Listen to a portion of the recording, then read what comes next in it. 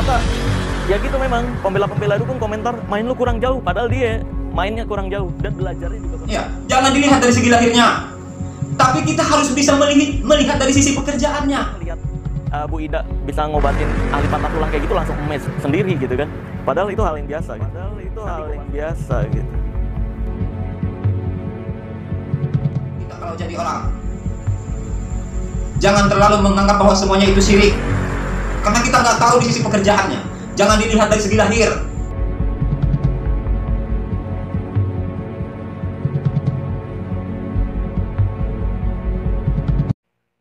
Assalamualaikum warahmatullahi wabarakatuh. Halo sahabat, senang saya bisa berjumpa dengan sahabat semua. Mudah-mudahan sahabat ditemui dalam keadaan sehat walafiat. Seperti dari tayangan video dari awal, di mana Marcel Radipal atau terkenal dengan sebutan pesulap merah melakukan tanggapan yang membuat kontroversi, di mana kata Marcel Radipal, dia mengatakan pengobatan yang dilakukan oleh Ibu Ida Dayak tersebut adalah pengobatan yang biasa-biasa saja. Sementara netizen atau masyarakat yang melihat itu pengobatan Ida Dayak tersebut adalah pengobatan yang luar biasa. Karena kalau kita melihat dari mata telanjang, pengobatan yang dilakukan oleh Ibu Ida Dayak ini ternyata memiliki perbedaan.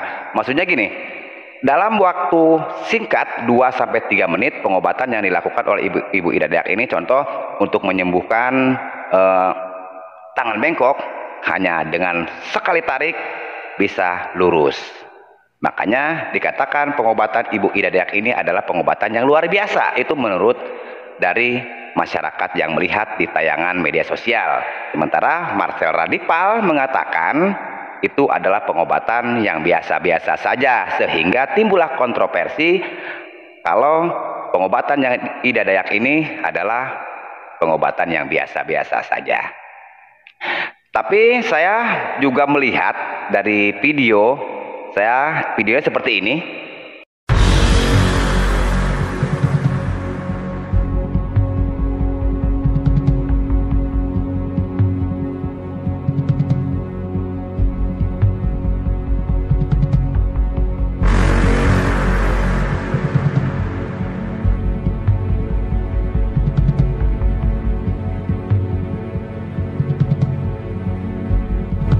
Nah, dari video tadi saya melihat ada sebuah channel baru.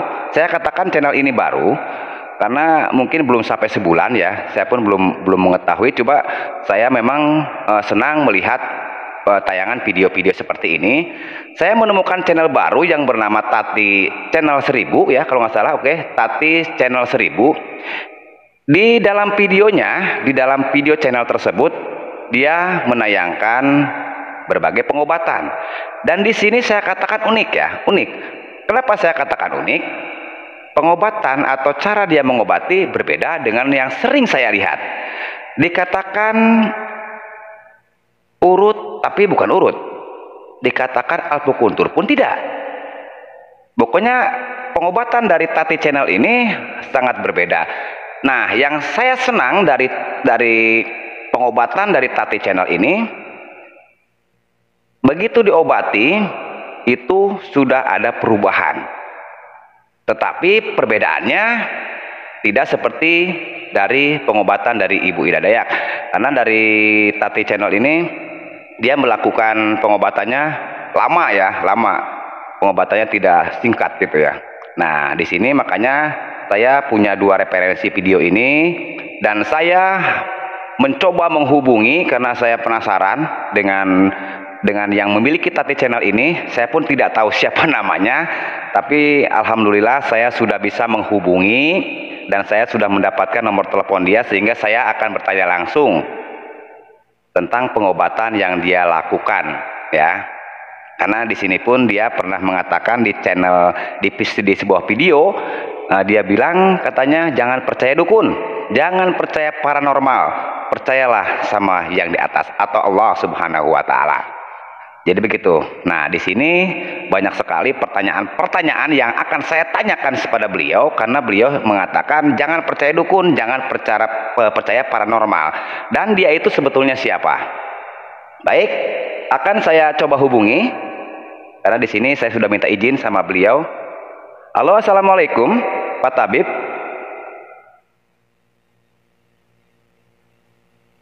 Sebentar, mohon maaf, ini masih menghubungi. Assalamualaikum, Pak Tabib.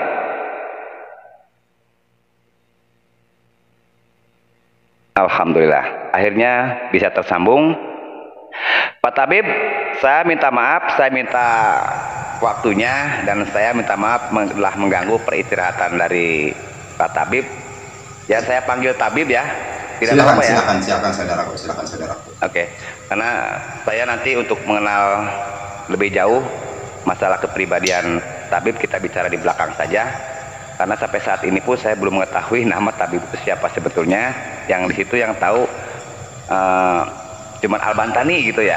Iya betul saudaraku. Karena kenapa saya nggak tanya namanya, karena di setiap channelnya Pak Tabib itu tidak pernah memperkenalkan nama.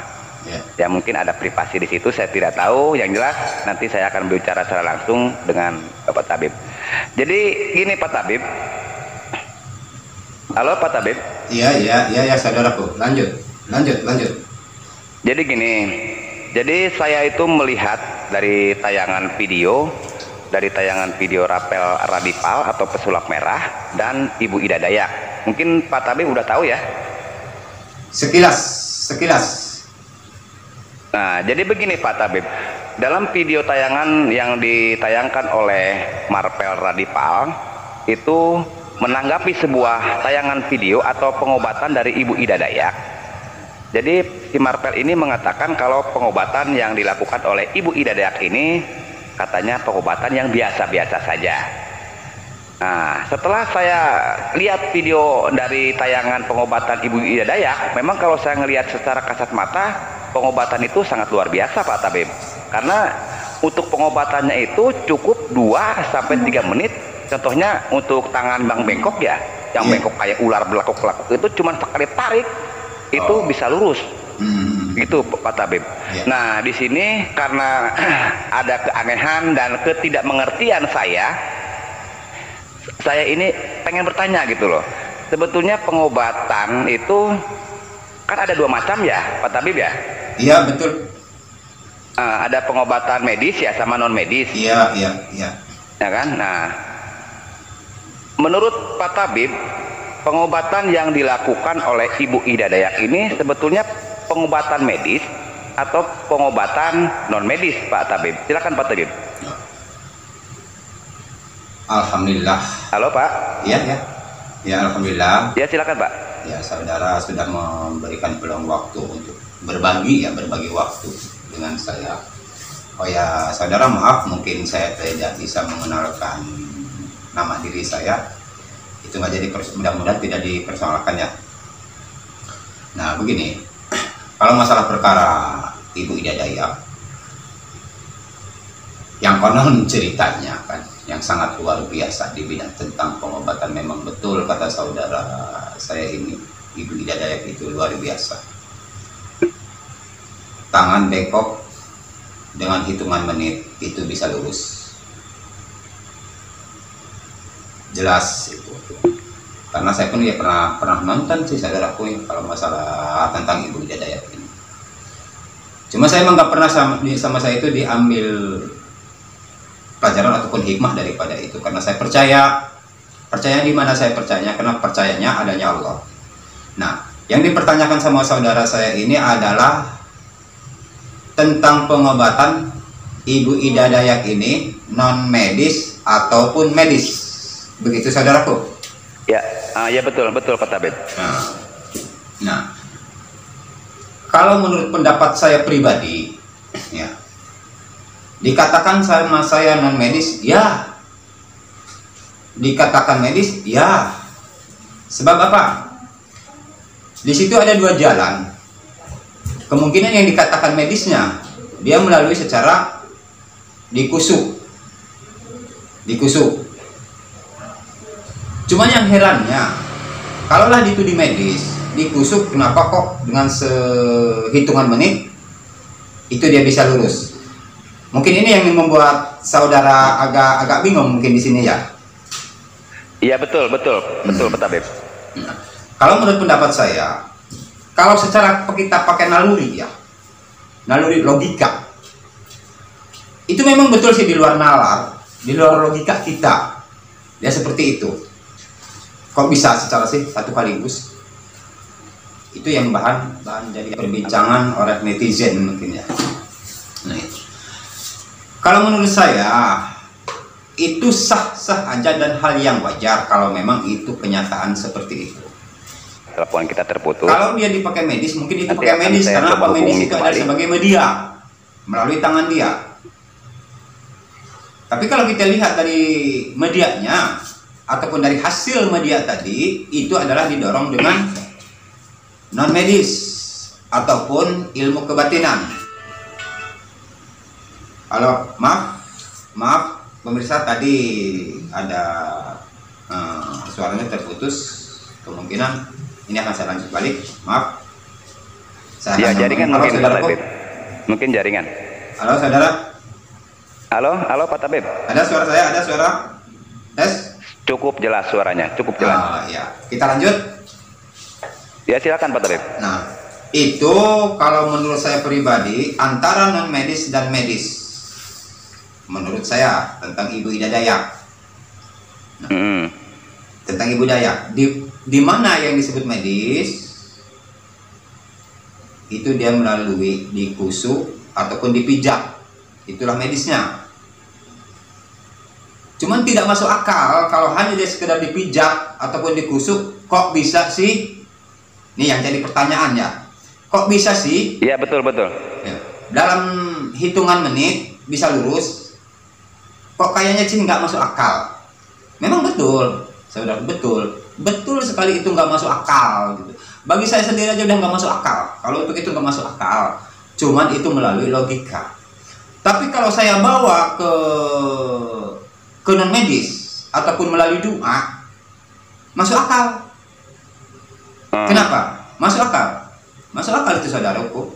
Sebab apa? Jadi menurut tabib, yang pengobatan yang dilakukan oleh Ibu Ida Dayak ini berarti sebetulnya menggunakan pengobatan non medis gitu ya.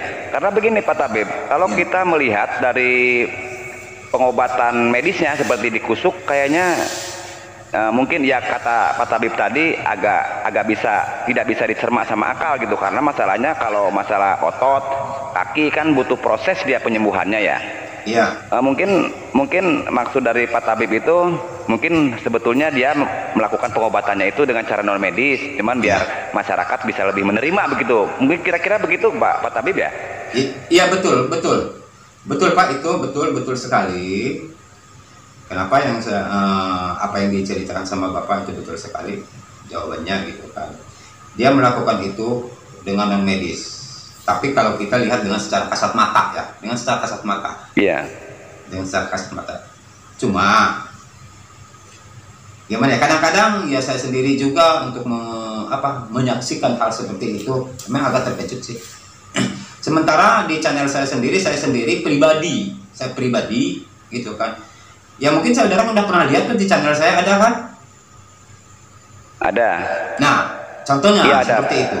Memang ada perubahan, tapi tidak secara spontan seperti Ibu Ida Dayak. Nah, di sini saya pun akan Baik, saya potong dulu Pak Tabib. Saya Silakan. potong dulu karena tadi Pak Tabib menyinggung masalah pengobatan yang dilakukan oleh oleh saya. Pak Tabib di channel Pak Tabib ya.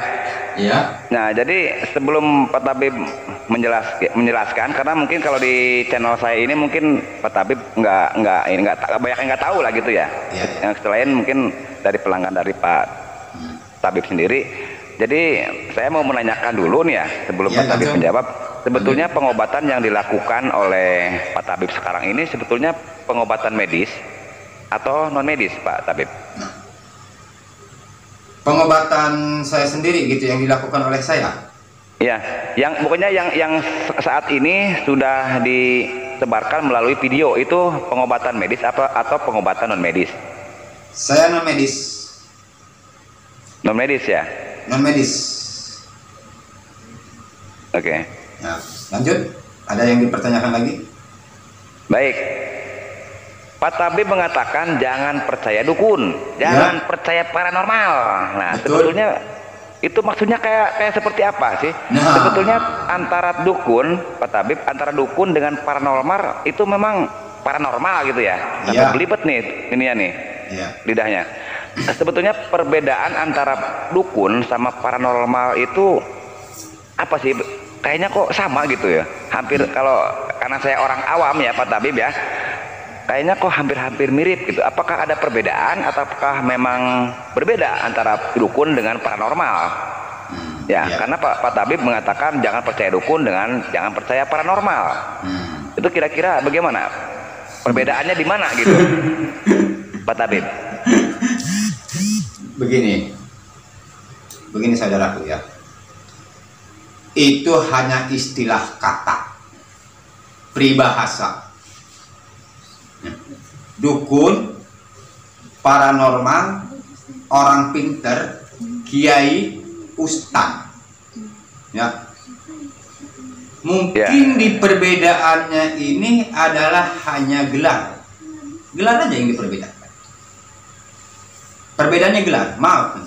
Cuma kalau dukun, yang disebut dukun, ini kita ngambil dari gelar dulu ya, Ya. Dari gelar, dukun Halo Pak Ustadz. itu dikenal di pedesaan. Halo, kayaknya terputus lagi. Mungkin jaringannya Ya, kurang ya, bagus. ya, Akan ya. saya hubungi kembali. Halo. Assalamualaikum saudaraku. Ada? Oke, silakan Pak Ustadz. Nah, Silakan Pak Tabib, maaf. ya kita lanjut tentang perbedaan antara paranormal sama dukun, ya kan? Itu yang dipertanyakan tadi sama saudara. Iya, kan? betul. Iya, betul. Ya. Kalau menurut saya pribadi, itu hanyalah gelar. Yang diperbedakan di situ itu gelar. Kenapa? Dukun itu lebih dikenal di perkampungan ataupun pedesaan. Itu namanya dukun. Iya. Ya. Kalau di Tapi- perkotaan dokter apa ya? Nah, Iya, Pak Tabib. kalau di perkotaan itu yang dikenal adalah paranormal. Oh, kirain Nah. dokter. Paranormal. Tunggu. Cuman kalau kita bawa ke Tunggu. umum. Ini Nah, halo Pak Tabib. ya. Ini tunggu. Hmm. Ini saya barusan dengar seumur-umur kalau rupanya paranormal itu adanya di kota, sedangkan dukun adanya di perkampungan. Begitu Oh, bukan maksudnya itu, Pak bukan Tabib itu ya? saudara. Maaf. Itu udah salah kita memprediksikan, mengartikannya. Oh, Maksudnya begini. gimana Pak Tabib? Maksudnya begini. Gelar dukun itu lebih dikenal ataupun lebih cocok di perkampungan ya. Gelar tadi gelar, bukan berarti bertempat, bukan. Lebih dikenal nama dukun itu di kampung, di perkampungan, di pedesaan. Iya. Tapi kalau paranormal itu lebih dikenal di kota, perkotaan. Itu disebutnya Oh, iya. kalau orang-orang kota Paham. nyebutnya paranormal. Cuman di situ kan ada yang lebih umum lagi. Jadi di kampung pun dia, di kota pun dia yang disebut mungkin orang pintar. Pernah dengar orang pintar? Pernah. Guru Nah. yang pintar Pak Tabib. Iya. Terus ya maaf Iya kan? ya. Nah, kita Tidak kembalikan apa-apa lagi Pak ke Tabib, kita santai aja. Kita santai aja. Iya. Nah, jadi apa yang saya ceritakan, jangan percaya ke dukun. Ini yang dipertanyakan sama saudara saya tadi. Ya Betul. kan? Jangan percaya ke dukun. Jangan percaya kepada paranormal. Kenapa saya cerita seperti itu? Karena dukun itu banyak di kalangan para kiai itu kayaknya kurang cocok. Saya juga di segi mana mereka itu tidak kurang kecocokannya gitu kan. Makanya saya ikuti. Kadang-kadang saya mau bertanya juga sih, ya. Tapi ingin juga saya bertanya gitu kan. Kenapa di setiap dukun itu kok jelek banget? Itu sebetulnya untuk pertanyaan. Nah, saya melanjutkan perkataan-perkataan si penceramah gitu ya. Nah, Iya, betul. nah itu. Kenapa banyak sekali Betul. bahkan kata si penceramah jangan kau dekati dukun karena dukun itu termasuk seorang syirik. Kalau kita mendekati aja nggak boleh. Iya. Betul nggak itu saudara? Betul, betul, Ya kan? betul. Saya pun pernah mendengar seperti itu, Pak Tabib. Pernah mendengar katanya jangan kamu mendekati dukun karena dukun itu syirik gitu Syirik, ya. ya. Karena sama dengan mendekati syirik gitu ya. Iya betul. Nah, katanya memang saya baca pun ada keterangannya gitu Pak. Ya, Iya, Pak iya, Pak betul. Tabib ya. Iya, Tapi betul. di sini Pak Tabib, ya di sini masalahnya kalau memang itu dukun itu dikatakan seperti itu, Ya. bagaimana dengan pengetahuan yang sekarang ini dipegang oleh masyarakat? Karena gini Pak Tabib, Ya. dulu waktu saya kecil, saya pernah disuruh oleh orang tua suruh manggil dukun bayi. Waktu itu tetangga ada yang Iya. melahirkan, katanya tolong sih panggilkan dukun bayi, dukun beranak gitu ya, Iya. gitu loh. Ya kalau memang di sakompet daun gen, lamun kata orang Sundanya di sakompet Bahasa daun Sunda gen, mah, iya. disamaratakan kalau dukun Iya. itu jangan boleh di ini ya, jangan boleh didekati. Berarti dukun beranak itu pun nggak boleh dong, Iya. ya kan? Iya, iya, Ya, betul. di situ yang Di nggak situ, mengerti saya. betul. Cuman di dalam pengertian dukun itu ada dua alternatif yang disebut dukun. Heeh. Menurut saya, mana yang dilarang didekati, ya, dan mana yang boleh didekati. Itu tergantung terlihat daripada posisi pekerjaannya. Maksudnya gimana Pak tadi? Iya, dilihat dari sisi pekerjaannya. Ini dukun.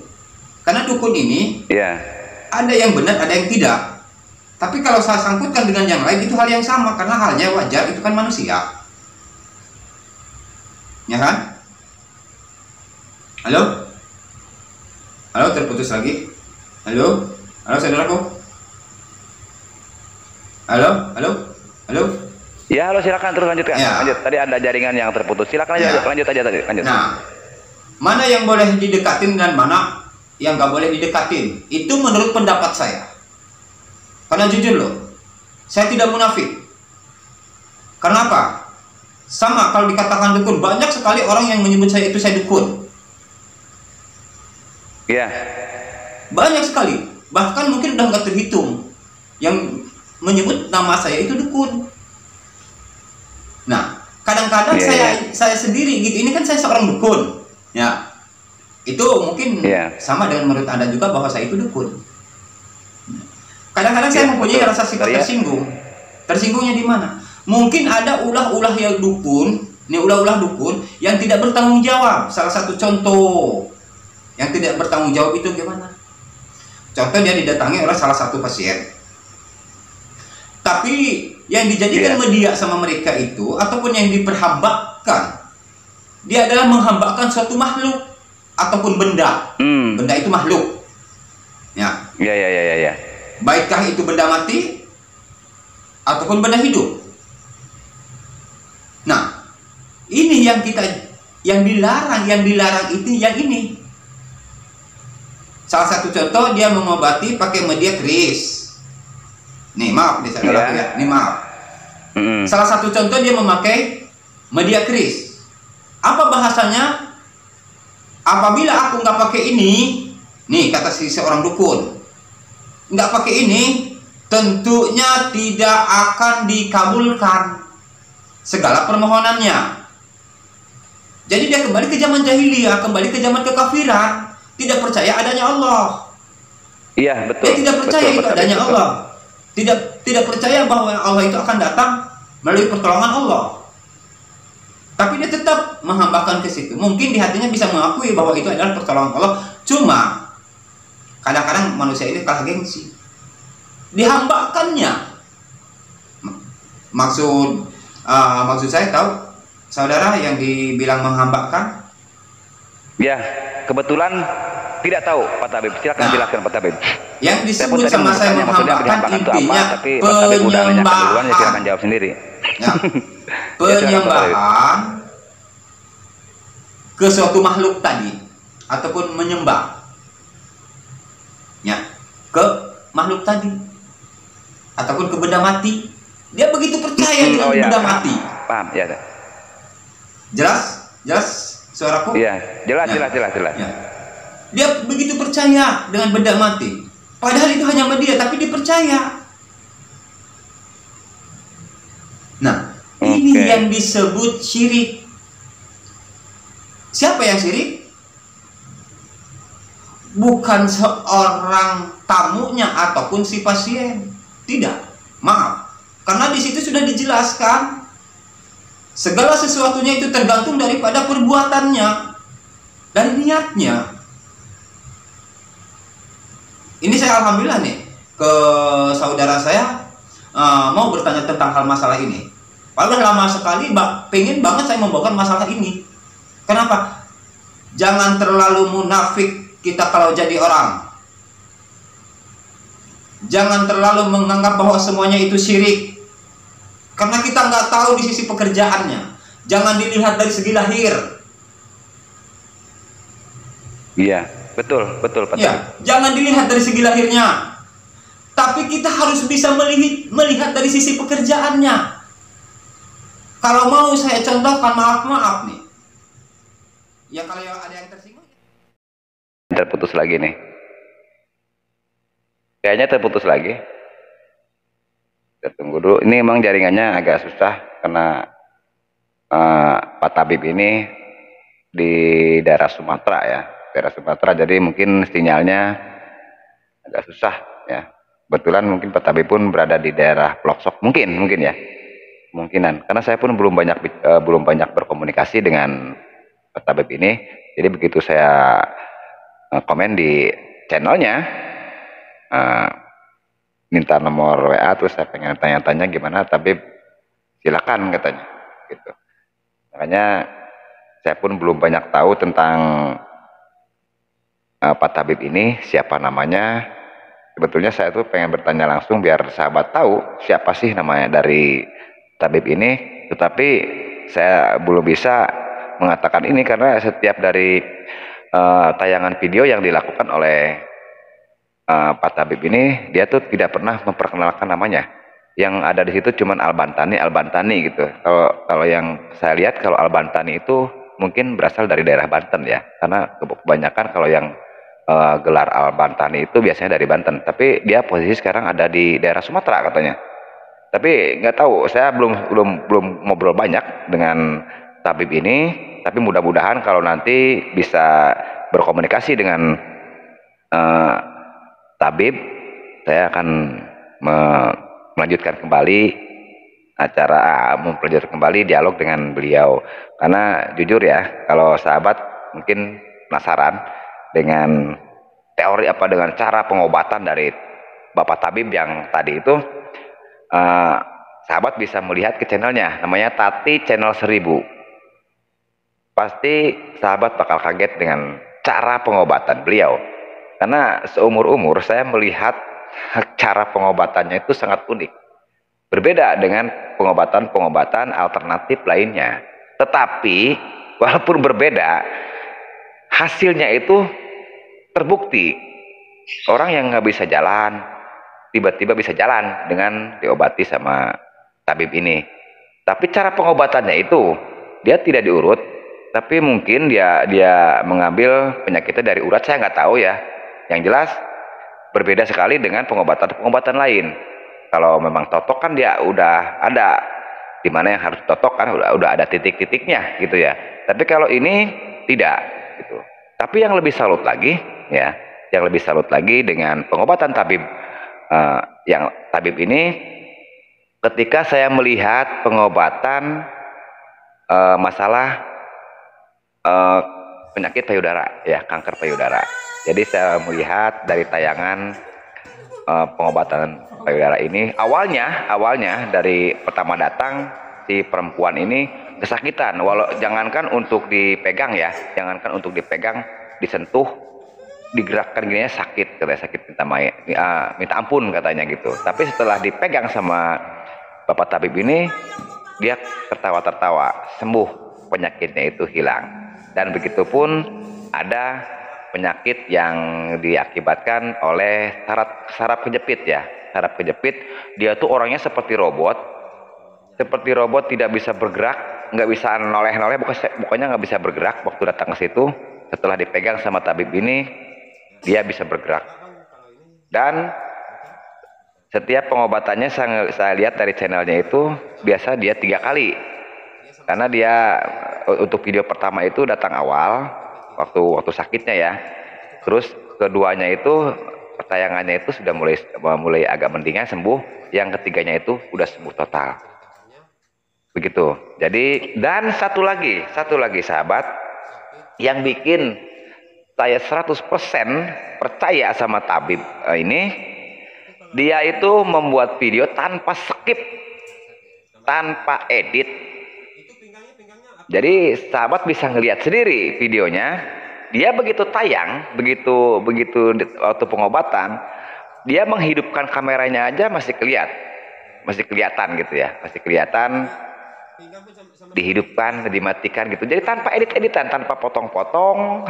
Dari awalnya pun kelihatan dia kehidupan ini.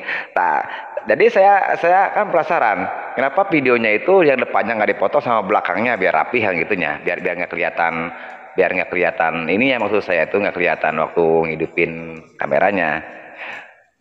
Setelah saya tanya, jawab tabib tersebut, katanya saya tuh tidak baru sekarang ini membuat video, jadi saya tidak tahu cara ngedit, cara posisinya kayak gimana, tidak tahu. Pokoknya saya hidupkan sampai dari pengobatan awal sampai akhir pengobatan, sampai terlihat hasilnya di video, walaupun mau berapa jam aja sama dia direkam dan ditayangkan langsung pada hari itu juga. Dan yang satu lagi, sahabat, tabib ini tidak memungut biaya. Jadi pengobatan yang dilakukan di tabib ini gratis, tidak bayar gitu ya, tidak bayar sampai sembuh. Bahkan kalau pasiennya itu parah, dia mau datang ke rumahnya. Sekali lagi ini tanpa bayar, gratis, itu menurut beliau. Karena saya pun belum seberapa banyak berbicara banyak dengan beliau ya. Oke, untuk video kali ini demikian dulu karena ini terputus kayaknya, ini sudah susah dihubungi kembali. Jadi untuk selanjutnya yang terputus ini akan saya sambung di pertemuan selanjutnya ya. Mudah-mudahan nanti, karena di sini pun dadakan ya, sahabat, dadakan. Jadi untuk melakukan komunikasinya pun dadakan juga sehingga terjadi error kayak gini. Ya, saya mohon maaf. Mudah-mudahan untuk kedepannya saya akan berusaha agar komunikasi nantinya tidak terputus seperti sekarang ini. Terima kasih buat sahabat yang masih setia bersama channel ini. Assalamualaikum warahmatullahi wabarakatuh. Warmias.